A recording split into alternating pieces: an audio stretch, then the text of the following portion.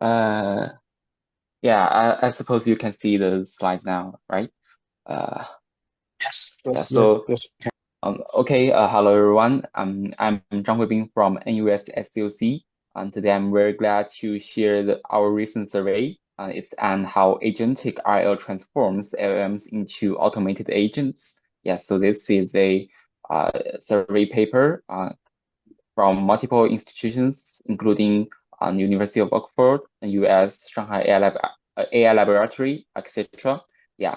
So, so firstly, to begin with, I want to mention the concept of agentic RL.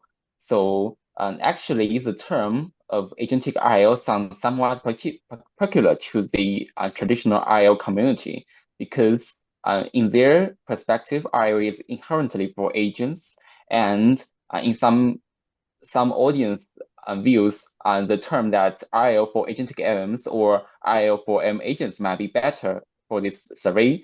But in the last and in the current context, we think that agentic RL is more commonly understood as RL algorithms that help LMs become more agent-like. So in this survey, we just study and use this term, namely the agentic RL. Yeah, we also give a non-formal definition of agentic RL. It refers to a paradigm in which LMs, rather than being treated as a static conditional generators optimized for singleton output alignment, but are conceptualized as learnable policies embedded with planning, reasoning, tool use, memory, self-reflection, reusabilities. Yeah, that's what our term that agentic RL is about. So the scope of this survey is merely on how RL empowers LM-based agents or M with agentic characteristics in dynamic environments. So three subsets are out of our scope. And the first one, for example, is about RL for human value alignment, or how we use RL to enable Ms to reject harmful queries. The second one is about how traditional RL algorithms that help non-LM-based models. And second out of scope topic is about how IL boosts pure LM performance on non-static benchmarks. So what are non-static benchmarks mean? It means it refers to GSM 8K, Mass 500, etc., such static benchmarks. We are interested in more dynamic environments and dynamic benchmarks. Yeah. So the content of this survey is about generally about five parts. The first one is we formulate what's the difference between LLM RL and agentic RL. The second part is about we categorize different RL algorithms by the agentic capability. So how RL empowers planning ability, empowers tool using ability, etc. And the second part is about how RL for different vertical domains. Vertical domains here means they have different application areas or scenarios, such as RL agents for math solving, RL agents for code generation. Yeah, and the fourth part is about environments and frameworks. And finally, is about challenges and future directions. Yeah, maybe I will give more attention to the first and second part, and I will give a little bit brief introduction about the fourth and fifth part. Yeah.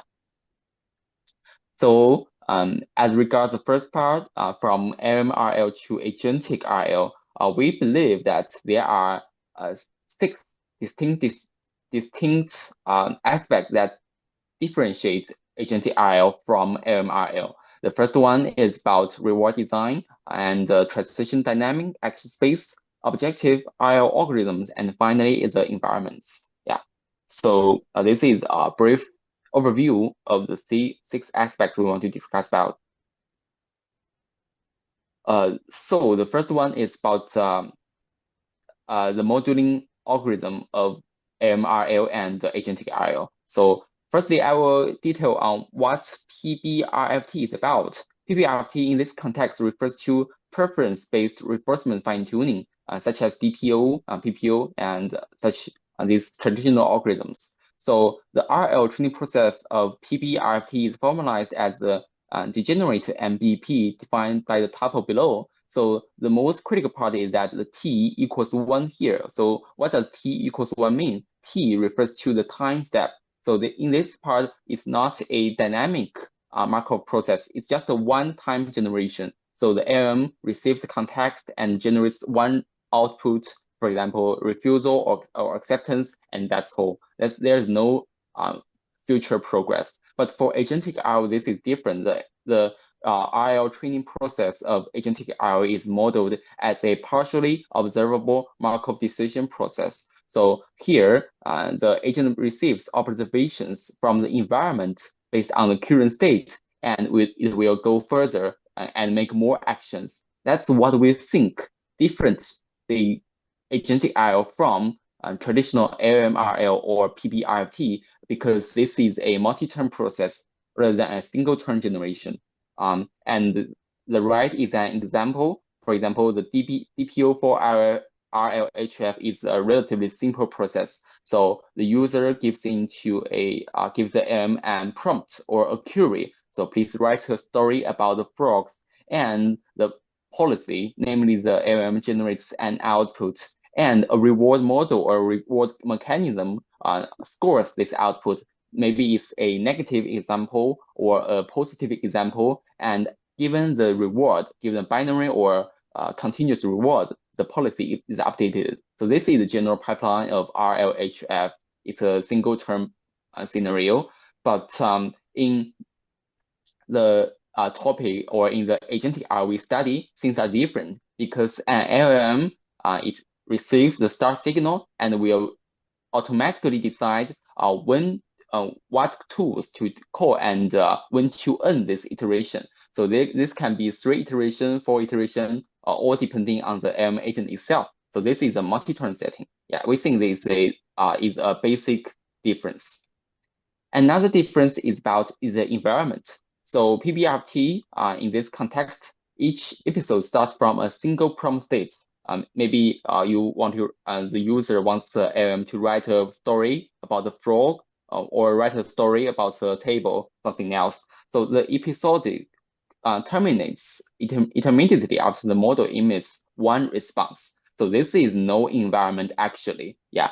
So more examples, including the math solving. So the user gives an LM a math problem, and he just wants the result. So he just asks the LM to please give me the result, and the LM gives the results. That's all. That is a single horizon or single turn setting. But in agentic RL, things are different because they act over multiple time steps in a partially observable MDP. So these are some traditional or classic agent environments, such as the embodied environments. So what does embodied mean? It means that the agent acts as a robot in a textual-based game environment. Yeah. So it can be, at the very beginning, it's told that, okay, you are in the room and around you is a table or is an apple, and what's your goal? Your goal is to pick up the apple. So what's your next step? This is a traditional text-based embodied environment. So after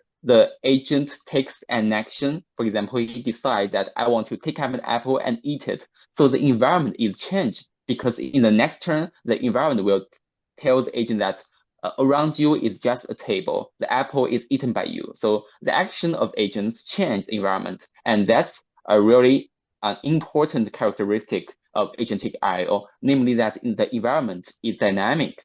And another example of the web environment, such as the web shop, web arena. So we have many websites, such as a Gmail, such as Google Maps, something else. Yeah. So these environments are also changeable and dynamic. For example, if the user tells the agent that, okay, please send me an email, or send Alan an email and tell him to have dinner 8 tonight. So after the action of the email agent, the inbox or the outbox of the Gmail website is also changed.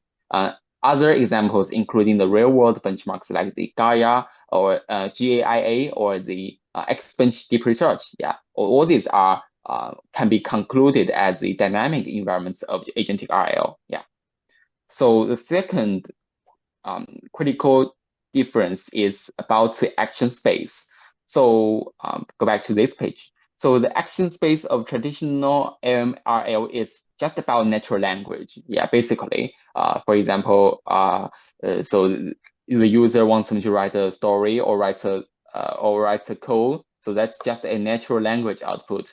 But in agentic RL, things are different because they can not only output the text, but also output many actions such as invocation tools, memory management, self-reflection, high-level planning, etc. So since the action space of the agentic RL are a great much larger than the traditional AMRL because it can use these kind of action tokens to use a lot of MCPs or tool servers, such as a bus terminal, Python interpreter. Yeah. So this is the difference, the difference of action space. And the first part is about the transition dynamics. So in conventional MRL, the transition dynamics are deterministic. The next state is determined once an action is made as follows. So given the state, maybe this state is just as the user prompt and the action of the agent of the LLM. So the solution or the output is deterministic and there is no uncertainty. But in agentic RL, the environment evolves under uncertainty. So given an state and an action, there is possibly a very huge transition matrix that decides which direction the state will go on, but it's not deterministic. Yeah.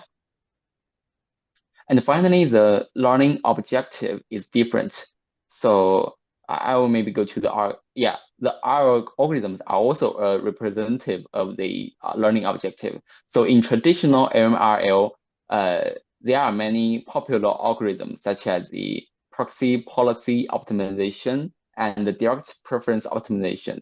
These are very these are always used in traditional RLHF or traditional PBRFT. Yeah, but in recent years, not recent years, just in the recent half year, people are utilizing value-based RL algorithms such as the reinforce or group relative policy optimization more frequently because they are proven to be more effective than algorithms such as DPO and PPO. Yeah.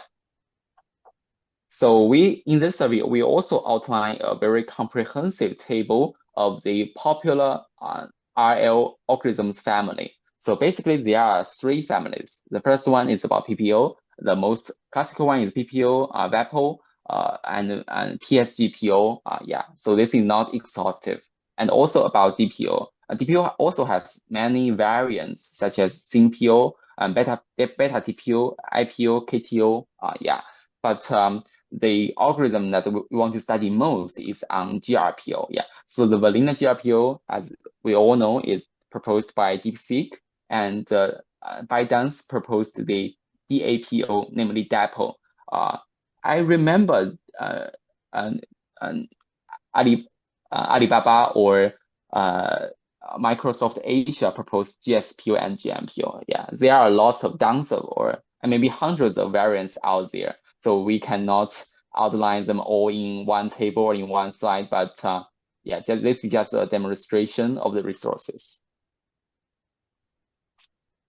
Yeah, this is about the very first part, the 6 distinct aspects that differentiate agentic RL from MRL. Yeah. So in this section, we'll go a little bit deeper into the intrinsic categories of agentic RL. So this is a demonstration of how the agentic LM interact with the environment. So the agentic LM give an action and change the environment. The environment then gives a reward or an observation feedback to the agentic LM itself.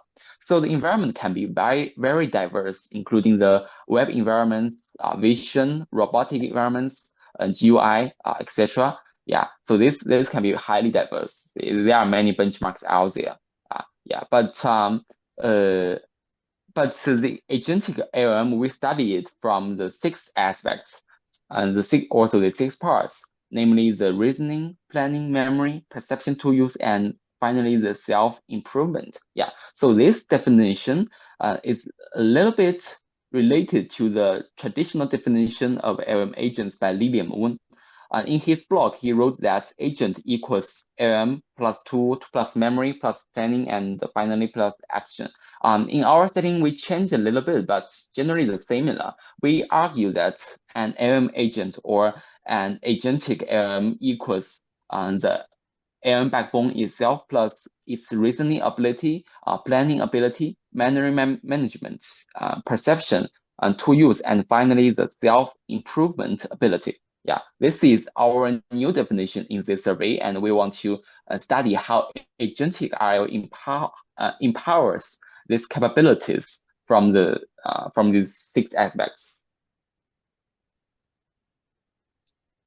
So this is another overview of the 3 aspects.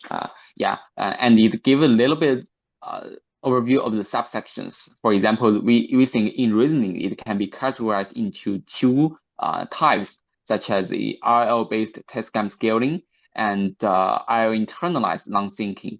Yeah. Also, in memory, since this is written by me, and I categorize it into 3 categories, such as a RL rack style memory, which means that the memory content is stored in an external database, maybe the knowledge graph or vector database, and also the token level memory, which means that the agents are trained by reinforcement learning to learn to maintain its own memory states, rather than using the previous whole long context into its context window. Yeah, and so this is just an overview of the sections and subsections. So I will detail below.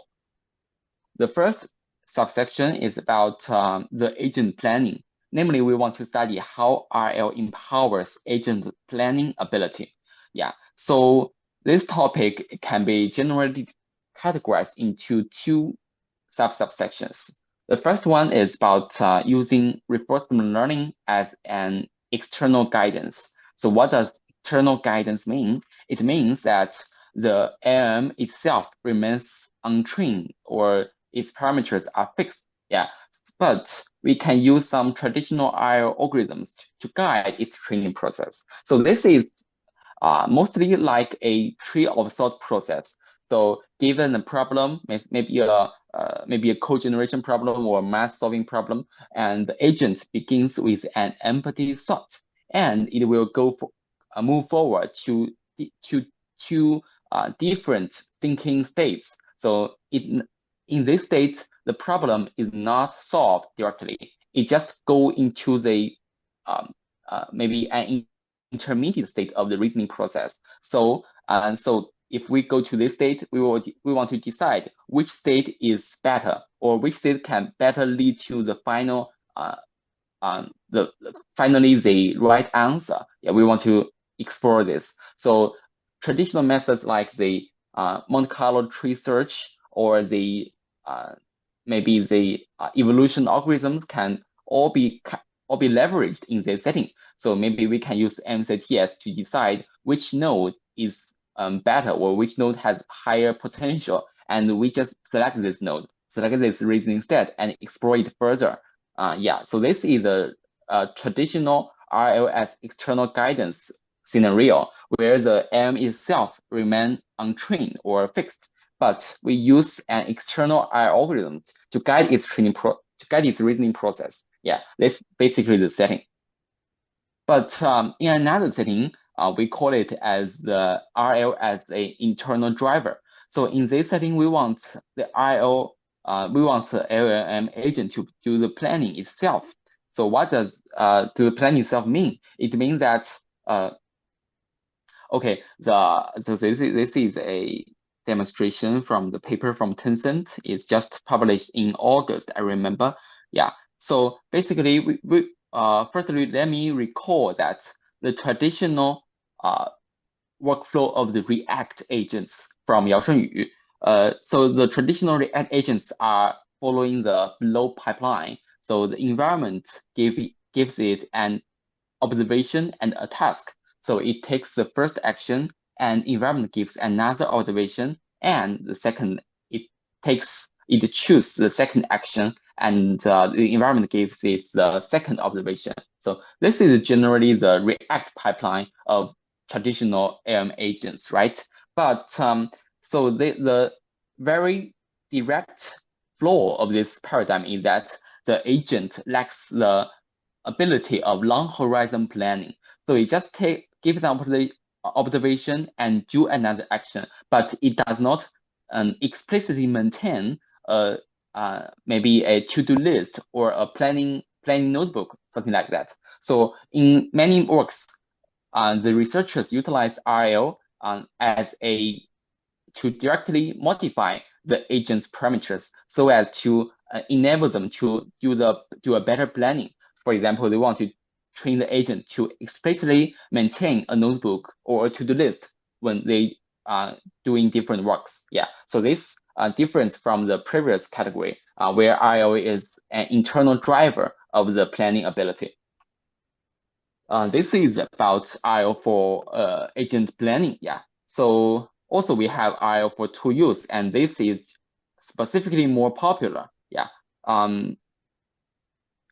We give a very coarse-grained overview of the process. So from the very beginning, we have React agents. This is just a prompt engineering process. So we just prompt the agent to use some tool. You can use it in such format. But so early researchers have shown that, okay, we cannot just rely on prompt engineering to enable agents to use tools. So basically, for example, agent tuning from Professor Tang Jie's group and Refine React from Yao Shunyu also enable agents to calling in an SFT manner. So they just collect many trajectories and they just use this trajectory to SFT, do the standard supervised fine tuning on the agents, and to enable them to be more familiar with the tool calling formatting. Yeah. So this is this is an overview. This is also AgentBank is also a very famous work. It collects, I think I remembered, it collects over 50,000 agent trajectories from all domains such as math reasoning, code generation, embodied AI. Yeah, so they just transform the traditional trajectories into the format as below. Firstly, this is task, and the agent gives an thought, and finally gives an action. So the environment gives another observation, it's give another action. This is the pipeline. So it use such kind of a React-based trajectory to SFT the agents. So we call them SFT empowered React agents. Yeah, but these algorithms are inherently limited by the SFT algorithm itself, because as we all know and acknowledge, SFT generalized. So the setting was not properly set up. So yeah, let's welcome Guibin to resume the talk. Thank you. So I just will recall the background a little bit. So basically, we have already introduced the R4 tool use. The first part, React style tool calling. Yeah. So the next part is about RL integrated tool use. So this is an example. Auto TIR. This is also a very famous work. So in this scenario, the policy LM, namely the agents, they can generate the text as usual, but in the generation rollout process, it can also invoke many tools such as code tool, retrieval tool, etc. And after the tool is parsed and executed, the environment will return it, return the output of the tool back to the agent. So maybe if the agent asks and tool to search about Donald Trump, and the Wikipedia will return the results of Trump into the decoding process, and it will resume its generation process. Yeah, this is a very standard process of the tool integrated RL and has been applied in many downstream areas, such as the visual understanding and also the GUI agents. Yeah, so this is a famous example of from deep eyes. Yeah. So in this scenario, the agent is given an image and also a question. So so it's asked, is the clock to the left of the laptop? So to answer the question, it manipulates the image dynamically. So it will first do some cropping and rotation to better ground the target to the visual targets. Yeah. So it will zoom in the page and find, okay, I find the clock in the left corner and also the laptop in the left corner. So it will compare it subsequently. Yeah. So this kind of tool integrated RL is beneficial for many downstream domains, not only the vision, but also GUI and mathematical reasoning. Yeah. So we think and we argue that the third phase is about the multi-turn tool integrated RL. Yeah. So basically, we want to argue that the previously mentioned tool integrated RL are just one turn or say single turn. So what does single turn mean here? Because as you can see, it receives an input and generate once. Although this generation can contain multiple tool invocations, but it just reason once and give the final result. But in a more complex scenarios, such as a very complex code GitHub or a big project cannot be accomplished just once. Yeah, but many of current GRPO variants are only for single turn optimization. And we believe that long horizon multi-turn tool integrated RL just the future direction and can researchers can pay a lot of efforts on it. So yeah, this is the second part about RL empowers say the tool usability. Yeah. The third part is about how reinforcement learning empowers agent memory ability. This is written by me, so and maybe I can introduce it more detailedly. For me, I categorize the current paradigms into three categories. The first one is rack style memory. Second one is token level memory, and finally the structured memory. Yeah. So these methods are not all about reinforcement learning. Yeah, they are more like an overview of the current agent memory techniques. So the first one, the rack style memory. So in this variant, the previous experience or trajectories of the LM agents are just stored in an external database. For example, the memory bank utilized a vector database, and MemGPT utilized an OS-based database. Yeah, and HippoRack utilized a knowledge graph. But not these systems are not RL based. They are just a certain manually designed database system. But in prospect memory, namely also the RMM and also memory R1, things are different because RL trained models are utilized to help manage or update the memory database. For example, in RLM, they train a RL-based re-ranker to better help the memory system. So what does re-ranker mean here? Because if the agent encounters a new conversation, and the memory system will naturally retrieve several memory snippets back to the agents to help it better respond to the user. Yeah. So perhaps the memory system will retrieve 50 or 20 memory snippets or the textual snippets back to the agents. And apparently, not all of these snippets are useful for the current dialogue, right?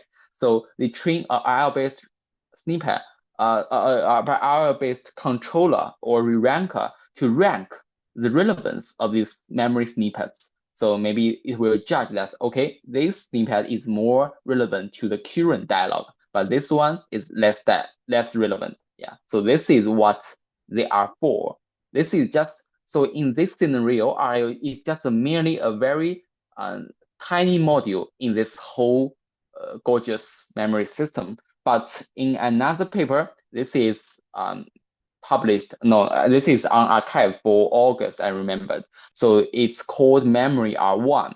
In this scenario, the agents, all the memory operations such as add memory, update memory, delete, no, delete memory snippet, or just noob, do nothing. All of these actions are determined by agent. So they specially train an agent to control the memory system rather than the left side RMM, where many of the operations are just manually defined. A very small part of the operations are agent-based. So this is a more agent-native process or management of memory systems.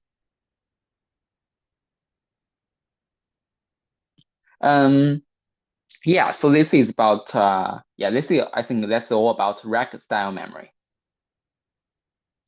And the second part is token level memory. So what does token level memory mean? Perhaps I just mentioned a little bit. Token level memory is about training the agents to maintain their memory as a token corpus. So this is, sorry, I did not change it into English. So this is a very famous paper just proposed a few days ago by Alibaba. Its title is resum. So what does resum mean? It means that in the traditional React style agents, the context accumulates linearly. So all the previous contexts are fed into the current context window of the agents. But it argues that not all the contexts are necessary. We should not store the very huge and lengthy context into the agent context window, because as you may know, the tool response can sometimes be very lengthy and useless, because if you ask the tool to search for an information piece, it will probably return all the relevant pieces, maybe 1,000 tokens or even 10,000 tokens back into the context window. So this is not what we want. We want the context window remain concise and informative. That's what resum achieves. So what does it do?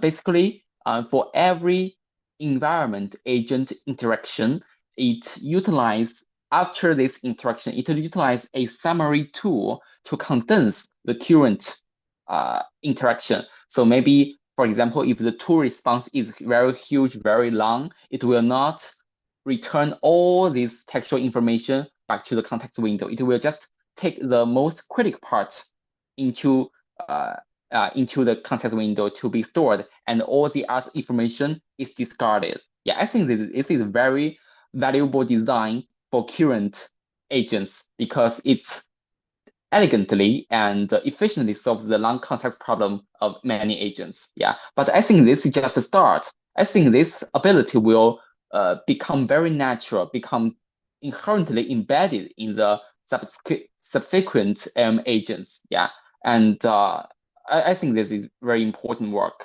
And also work from by Dancy, it's called MEM agent. This solves also the long context problem of agents. Yeah, but it solves it a little bit different. In this scenario, the problem or the input context is very long, maybe just the whole series of Harry Potter. Yeah, so this can consume many tokens. So in this scenario, the AM agents is given a very long context and also a question. So it's trained to take different chunks of the long context. Maybe the context can be divided into 10 chunks or 12 chunks. And firstly, it receives the first chunk and the question. The agent explicitly asks to summarize the important information in chunk 1 that can be related to the question, and summarize it as a very small corpus of tokens, human readable natural tokens. Yeah, and after summarizing the first chunk, it will receive the second chunk and update its memory token corpus. And subsequently, chunk 3, chunk 4, and finally the chunk n. After summarizing the chunk n, its memory token corpus is utilized for answering the question Q. Yeah, so inherently, this solves the long context problem of for very long input, such as 10 books or even a database. Yeah, because it can handle this long context one by one, chunk by chunk. Yeah, this is also a very interesting way to solve the memory management of agents. Yeah. I think here I introduce mem agent and mem1. Yeah, there are also some famous works like the memory area, memory token, M plus. These are very valuable works. I think they are all very inspiring and interesting. So if you're interested, you can refer to the table and read the related works. And the third part I want to introduce is about the structured memory.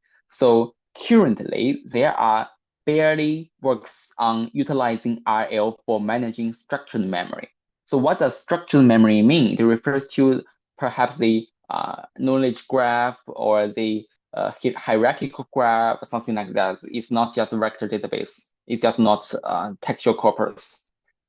Yeah, so this is a work of mine. It's G memory. Yeah, so I think this is the very first framework that designs memory systems for, especially for multi-agent systems. Yeah, so in this kind of works, the memory are organized hierarchically.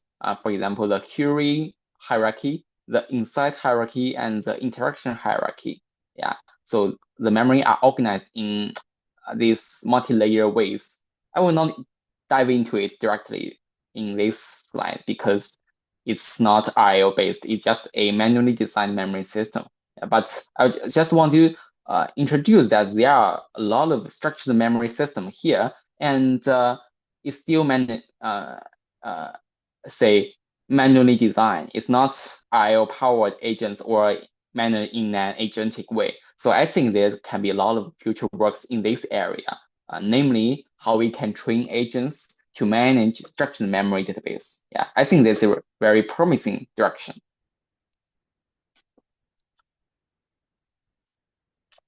Okay, so this is the third part about RL empowers agent memory. And the first part is about RL for agent self-improving. Yeah. So RL for self-improving, we categorize this topic into three aspects. The first one is about verbal self-reflection. The second one is about iterative self-training, and finally, internalizing self-correction. Yeah. Also, I know, EvoAgentX has a very comprehensive survey of the self-improving ability of agents. So this categorization is not exhaustive or neither comprehensive. Yeah. So I will not dive too much into this topic, but I will just quick interview. Yeah. So for more information, or if you are further interested, you can refer to the self-improving survey of AM agents by EvoAgentX. Yeah. So what does verbal self-reflection mean? It means that the agents are not trained. They are just prompted to improve their own solutions, such as they can do multiple sampling, maybe sample roll out 100 times or 200 times, and use kind of voting mechanism to give the final answer. Or there are certain reflection workflows or the external guidance. Yeah. So in these scenarios, the agent are trained. They are just prompted to, okay, you should refine your own solution iteratively. This is the basic idea. But this can sometimes be referred to as the verbal RL or verbal self-production, but their upper limit is not that promising. So the second part is about iterative self-training. So what does iterative self-training mean? It means that the agents themselves can create their own data. So for example, one agent is responsible for creating problems, and one agent is responsible for creating solutions with regard to this problem. And in this self-replay or dual play scenarios, they can create new training data and use this data to train another agent, and empirically find that, okay, the agents can be improved substantially via this data synthesis framework. So this is an interesting line of work. For example, the R0, the absolute zero, TTRL, self-involving curriculum, etc. All these works are on this topic. And also, the third part or the third topic is about internalizing self-correction. So this is a little bit opposite to the verbal self-correction. So internalizing self-correction refers to that we want to train the agents to better self-reflect. So maybe the setting is that the agent gives a solution with regard to a problem, and we want the agent inherently capable of rectifying its own answers to the right states or to the right solution. Yeah. For example, this is implemented by No Self from Zhejiang University, Reflection DPO, Sweet RL from Meta, and Tianyuan Dong's group, and also ACC Collab. Yeah. So I will give a little bit specific examples of the two or the three categories.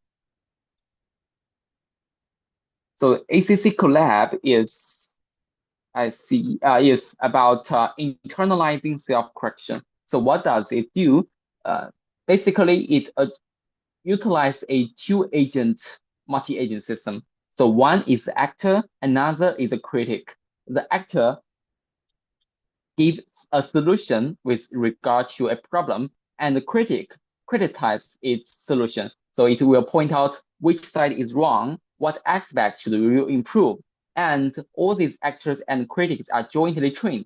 The actor receives the signal based on the solution correctness, and the critic receives its reward based on whether its critic leads the actor to the right solution. Yeah. So after this training, the actor can give solutions better and faster, and the critic can give better comments or better feedbacks. Also, this is a work, our recent work. Yeah, it's called Agent Tracer. So as we may know, there are many multi-agent systems. For example, the MetaGPT, Algen, and something else, and some are after. So we train, and so these systems are very subscribable. So which means that they can fail very often. So, but it's a very difficult task to locate which agent induces the final failure in the AM agentic systems. So maybe it's the web agent that search the wrong keyword in his search process. Also, it may be the planner agent that do the very strong, very wrong planning at the very beginning. So we train an especially agent tracer. It comprises 8 billion parameters, and it achieves the failure attribution performance even better than GPT 4.1, Gemini 2.50, and Claude 4 Sonnet. Yeah, so it can swiftly and accurately allocate the specific agent that causes failure in the whole trajectory. Yeah. So what does this have to do with the agent self-improving?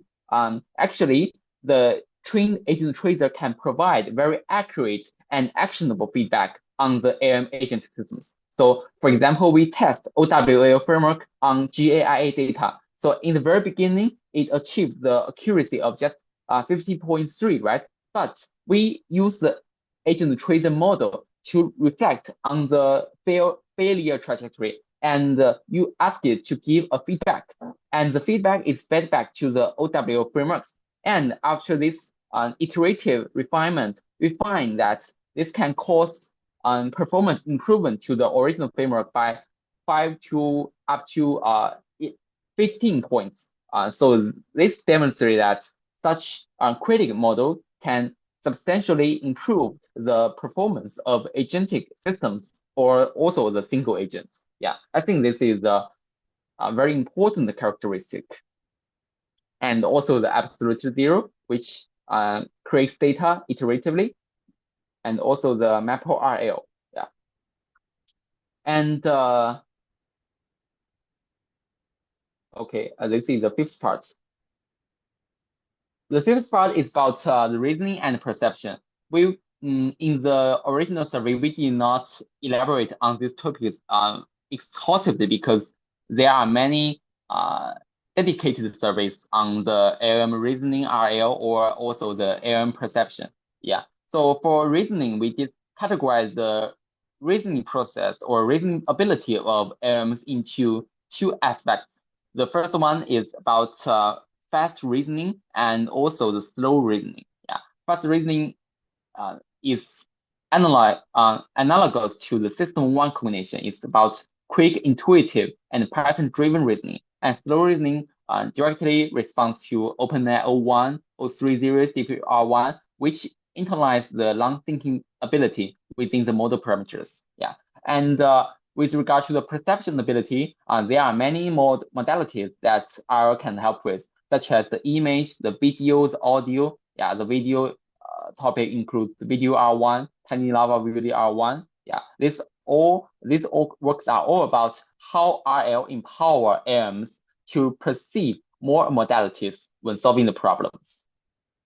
And finally, do a little bit perspective on the multi-turn training. Yeah, so multi-turn training is now a very hot topic these days. Many frameworks such as GRPO from NTU and the deep dive from Tsinghua, Agentic RL, web searcher from Tongyi Alibaba Group. Yeah, all these works are about how to expanding the long horizon ability of agents. Yeah, but we did not do a very comprehensive survey of this topic in our survey because we think this is a still thriving topic, and there are many possibly research lines which we can not conclude. Maybe I think after half a year we can see many. I think we can see many mature research lines in this topic. I will not detail on the following sections in today's introduction because, for example, the RL for vertical domains, there are many vertical domains such as the GUI agents, coding agents, math agents. Yeah. So for more detailed introduction about these sub areas, about these subdomains, you can feel free to refer to the survey. Yeah. So this is just, I think these are just exhaustive list of works in this area, but there are fewer insights when introducing these things. So maybe I'll just give it from today. Yeah. I think basically that's all for my today's introduction. Basically we have I think so I will just skip back to the content. We have introduced the critical six aspects that differentiate agentic RL from AMRL. And we also dive into the different agent capabilities that can be empowered by RL. Yeah, I think this is the most important part of our survey. Yeah, but if you have any questions or please feel free to type in the to the chatting box. Yeah. Okay, thank you so much, Guibin, for the insightful talk, and really sorry for the accidents.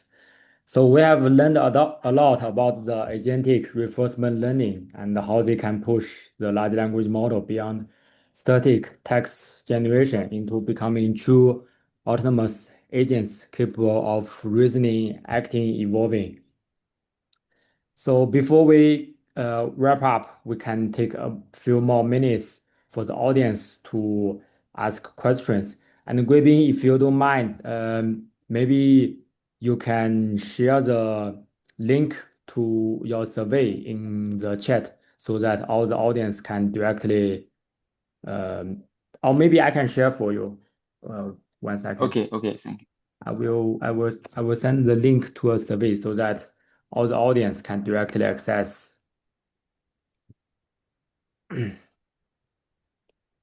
And yeah, there are a couple of questions from the audience. So Emery. Okay. Yeah, maybe you can Yes. answer the question from the chat first. Okay, no problem. I will see the question first.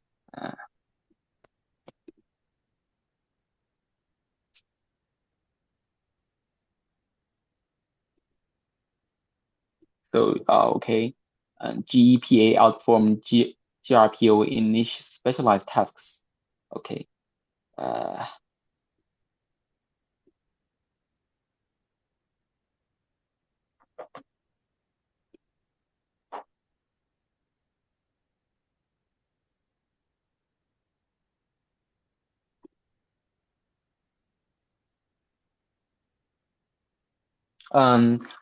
So for this question, I think it depends on the goal you want to achieve. So if just in the maybe you want to develop an agent in a real world scenario, so you can have many metrics that you are concerned about. For example, if you are more concerned about the just the performance and you have limited computation resources, so you can try GEPA. Yeah, so GEPA is a very standard crossover mutation process. It utilizes the evolution algorithms to evolve the prompts rather than the parameters. Yeah, so I think in limited scenarios it can surpass GRPO. Yeah, so if you just want to achieve high performance in limited computation resources, you can try it. You can try also many other agent workflow algorithms, automated optimization algorithms. This process do not involve GPU training at all. Yeah, but I think the RL training is a more fundamental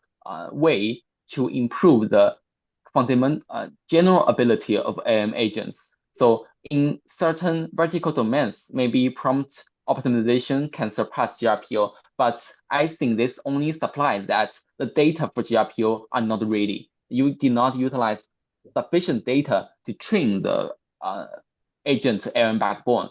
If given more data and more computation resources, GRPO can surely surpass the prompt optimization techniques. Yeah, that's my opinion.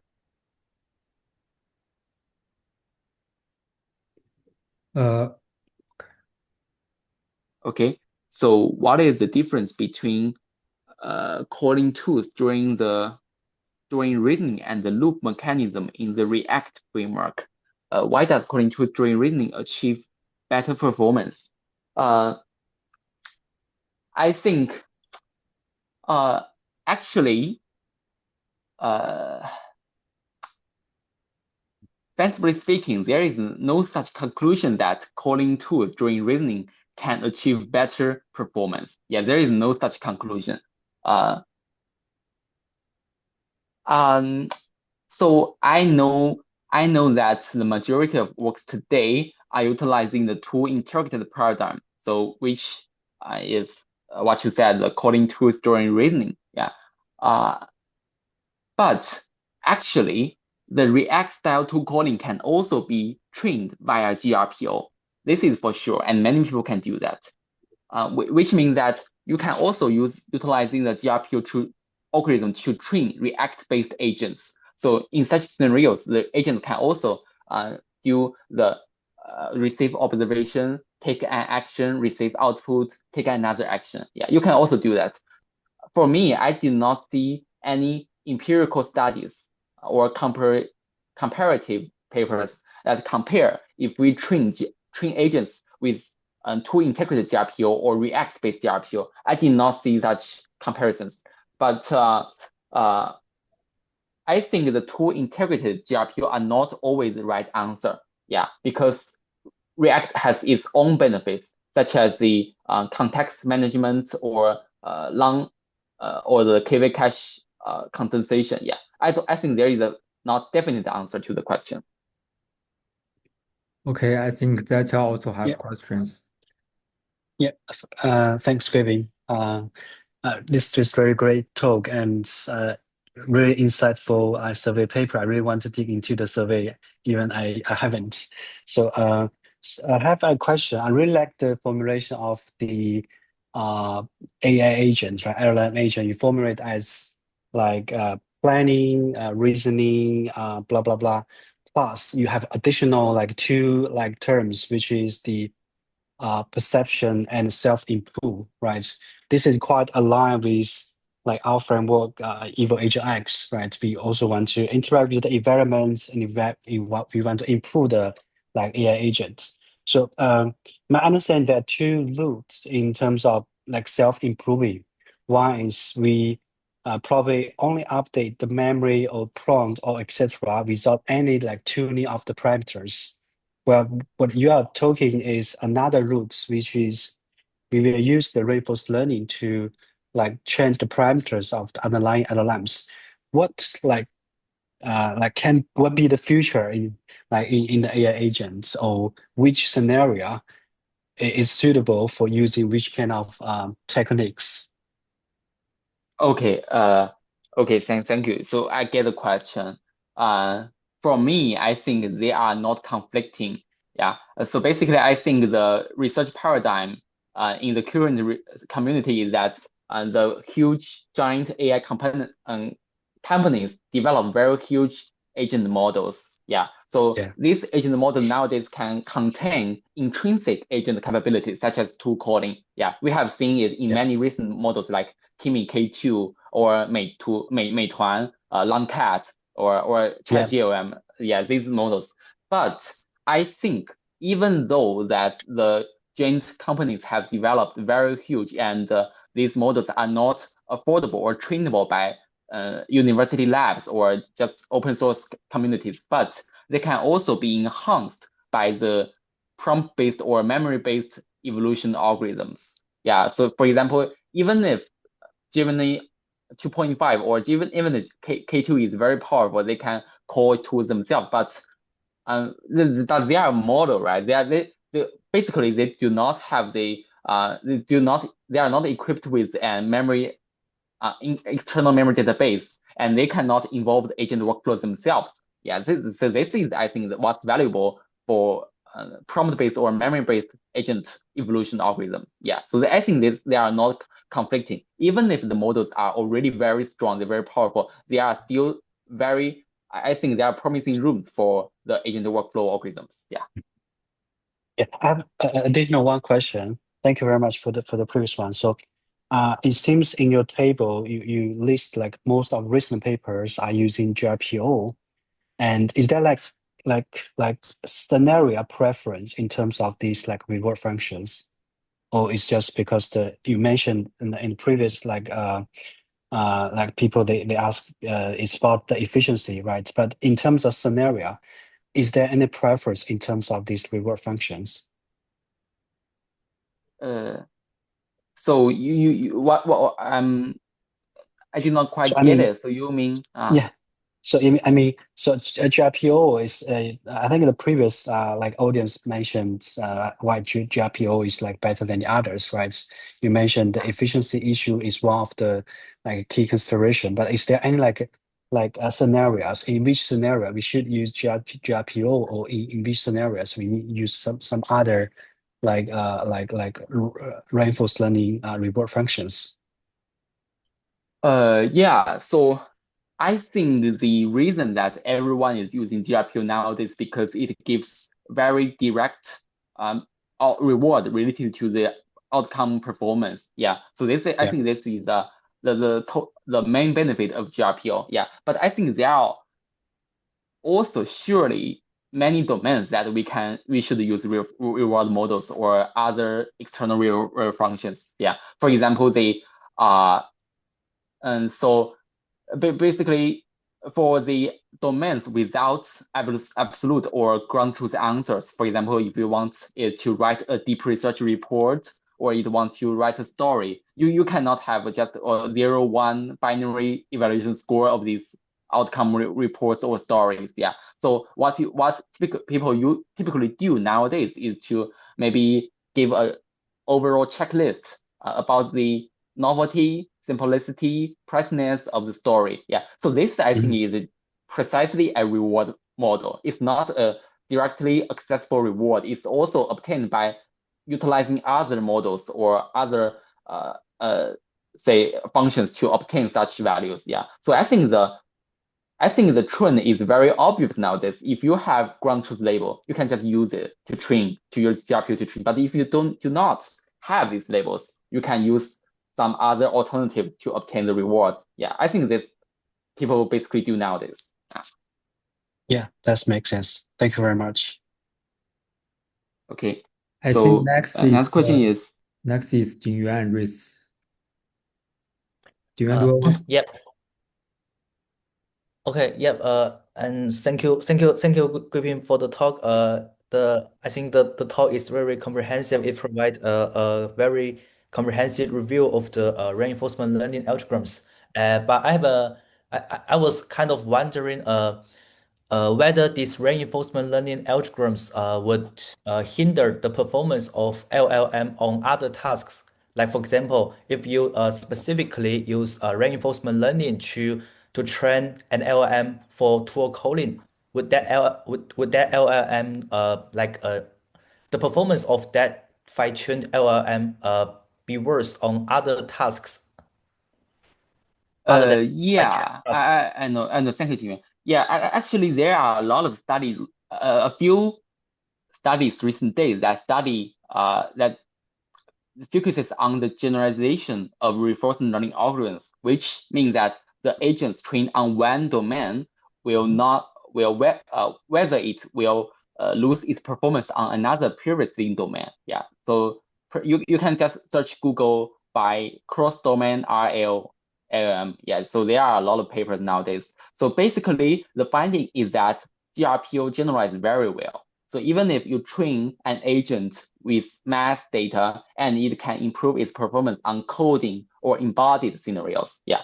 So, but I think that such generalization ability does not always hold true. Yeah, it's not always, but it can generalize very frequently and to many domains. And I think that's the promising part of RL algorithms. Yeah. All right. Yep. Thank you for the response. Okay. Another problem is that what constitutes a good dynamic environment and for an RL agent? Yeah, I know. So this is very, very good question. We discussed it in the final part of the survey, although it's not concluded in this slide. Yeah, but I can discuss it a little bit. So yeah, many people who ever test on GAIA or other deep research benchmarks can find that these environments are not good. Why are they not good? Because the answers are changeable over time. So maybe in 2023, the answer is still a website linked to Professor X, but in 2025, the website is gone. It just disappears. Yeah. So I think to resolve this question, I think there are two research lines. One is environment simulation. So it's very like a word model where people use an agent or use a model to generate the environment itself. For example, in a Minecraft scenario, an agent goes to place XYZ, and after it reaches this point, a model is utilized to generate maybe the forest or the houses around point XYZ. Yeah. So these environments and the tasks are just generated by the agent models. Yeah, this is one type. Another type is that they think we should not simulate the environment. We should just train the agents in the dynamic and changeable environments. Yeah. So I know a research group from Hawaii are trying to train such agents in real world web. And I know can be very challenging, but this is also more promising because there is no distribution shift between the training environments and also the testing in real world environments. Yeah, there are two such research lines, and I cannot tell which is more valuable, but both are very worth a trial for me. Thanks. Okay. And I think there is still one question from the chat. Many memory frameworks incorporate the use of LLM for management. Yeah, operation ID, editing. Yeah, so summary reflection operations. So how is the output of LLMs ensured to be stable? Yeah, for example, in the G-memory article, a summarization function is used. After that, how is it used that ensure that the information is accurate, and how is it ensured that it can still be retrieved under the promise of managing with many smart memory management also evolved towards self-evolution in the future? Yeah, I think this is a very good question. Basically, for example, in G-memory, we cannot ensure that the given summarization is absolutely accurate or right. Yeah, there is no such guarantee. But so this as regard to the problem on G-memory, a reviewer also asked about the same question when during the rebuttal. So if you are interested, you can refer to the rebuttal platform on open review of our paper. Yeah, but more so to be broader, to be so for the general agentic memory systems, I think this is a rather engineering problem. So there can be many validation process. So for example, you can use the formatting checks algorithms, or you can use the multiple sampling process that ensure the output content or the process is accurate and consistent across many trials. Yeah, but I think this is not final answer, right? So I think the final solution is not just using LMs, but also the interpretation of LMs and the very reliable external check procedures. Yeah, I have not a very accurate answer for this time, but I think this is an important direction.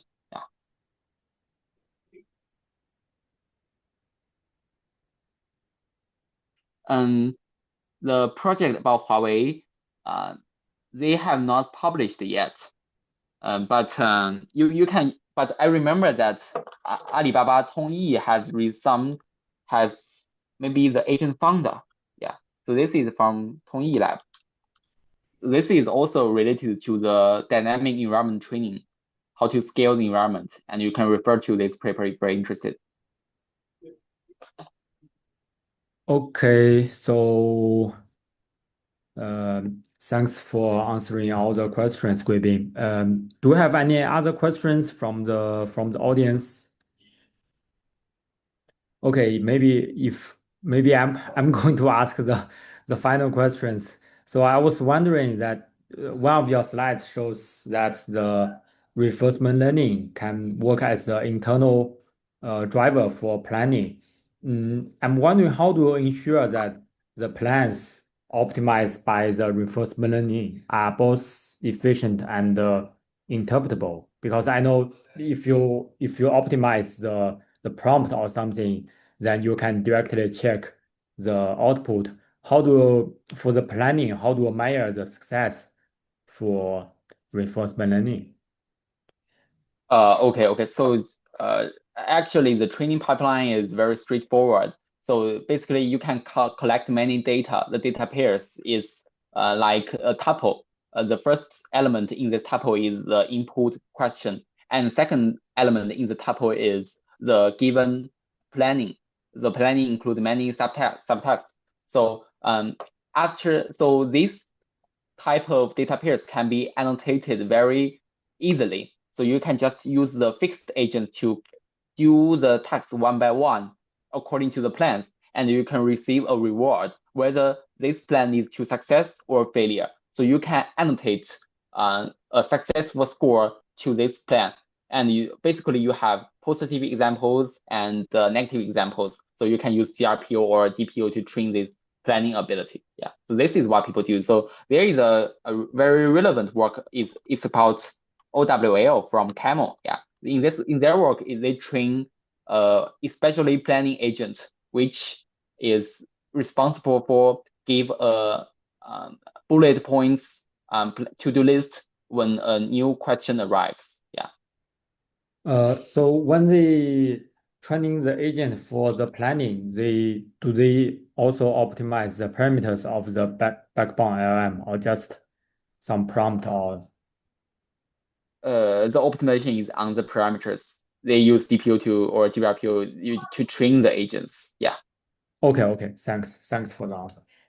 Okay, so I think that's the final question. And thanks again, Guibin, and for sharing the presentation. And we look forward to your next talk next time.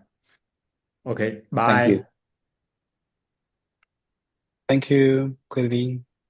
Thank you. Bye Bye. bye. Thank you. Bye.